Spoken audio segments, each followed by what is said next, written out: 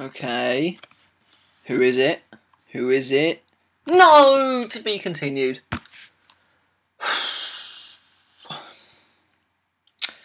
In case you haven't guessed, it's Fairy Tail Chapter 297 review time, ladies and gentlemen, and it ended on one hell of a cliffhanger. But let's get back to the rest of the chapter, shall we? It starts off with the controversial victory of Natsu last week, when he defeated Sting and Rogue. That's in the past. I didn't like it. I think quite a lot of people didn't like it.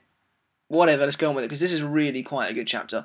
The plot thickens, it really moves ahead forwards.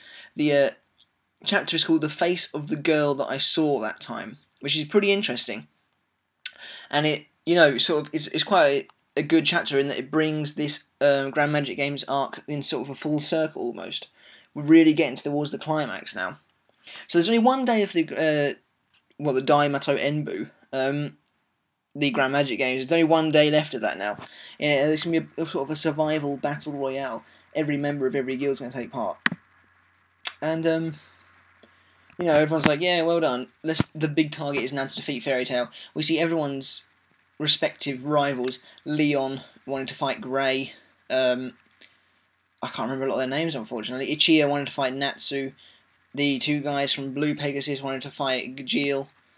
That guy wanted to fight Laxus. Kagura, I think her name is, wanted to fight Urza. Unfortunately, I haven't seen enough of these characters really for them to be memorable for me, which is a shame. We then see Sabretooth's reaction. Lecter's, crying his eyes out. And Fro's just, pretty sad for him as well. Then we see Rufus and that Augur guy, I think his name is. And, they're acting in typical Sabretooth arrogance with a little bit of foreshadowing, as Rufus claims to have memorised the entire battle, and therefore, technically, he'd be impossible to defeat. Because he knows everything that Natsu can do. But maybe Gajeel will be the key to when he fights Rufus, because... he didn't see anything that Gajeel could do. But, the leader of Sabretooth, Gemma, kind of goes a bit mental, actually. His fury just drives people away from him in the seats. And you get this pretty cool picture of just him left sitting there. As he's just raging. He's really unhappy. And Natsu gives the very cliche shonen hero line, "Let's fight again one day," in what's possibly one of the most patronising things you could say to someone you defeated. So Sting and Rogue are just lying on the floor. We don't get to hear anything Sting thinks of, but Rogue thinks that maybe if Gajeel was this powerful, he overestimated himself. We then get one of the most interesting parts of the chapter. Gajeel underground, after he got sent away on the little minecart, he discovers a graveyard of dragons, which is really interesting, because if this is underneath the Colosseum, then perhaps what it means by dragons, coming together for the fight is maybe they come back to life. I'm not really sure where this is going. Maybe the Eclipse plan is something to do with the dragon graveyard, most likely, perhaps bringing them to life. If the palace is on top of the graveyard, when it collapses, like we've seen in the foreshadows, which actually comes later on again in the chapter, it perhaps opens a hole to the graveyard or something like that. I don't know, I'm just speculating. We then see Jellal trying to catch the person with magic power similar to Zeref. We then see Yukino from Sabretooth, and we know that she's part of this Eclipse plan now. Although apparently it sounds like it's only temporary. It sounds like she almost volunteered for Arcadius-sama. And Arcadius being that captain guy with a really square nose, I think.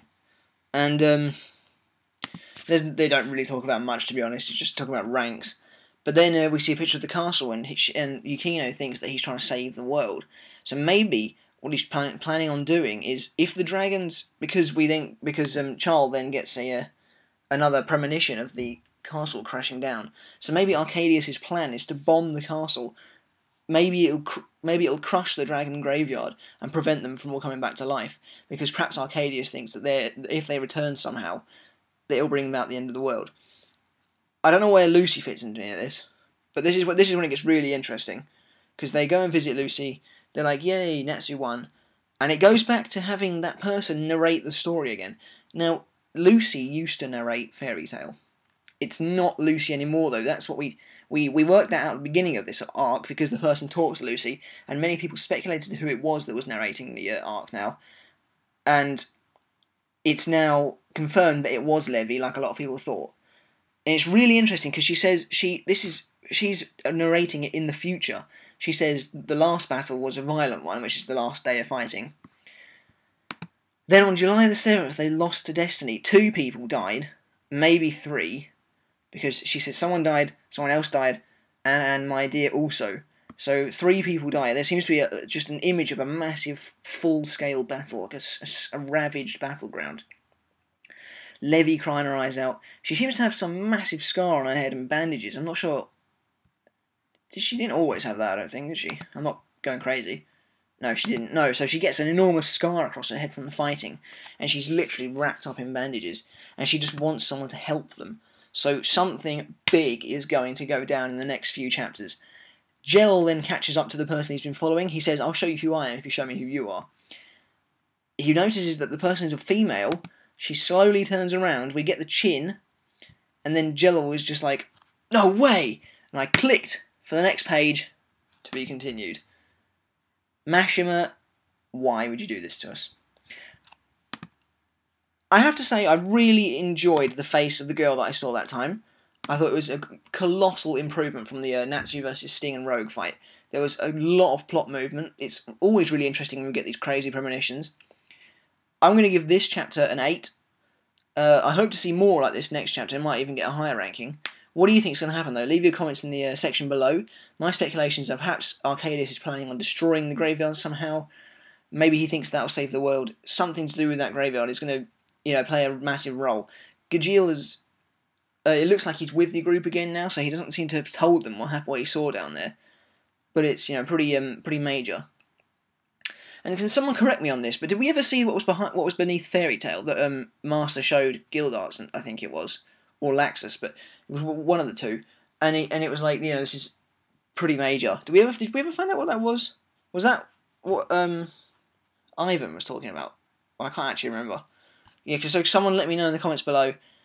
But this was a great chapter. I'm really quite looking forward to the next one, actually, for the first time in a couple of weeks. So yeah, that's my review, and I'll check you next week. See you later.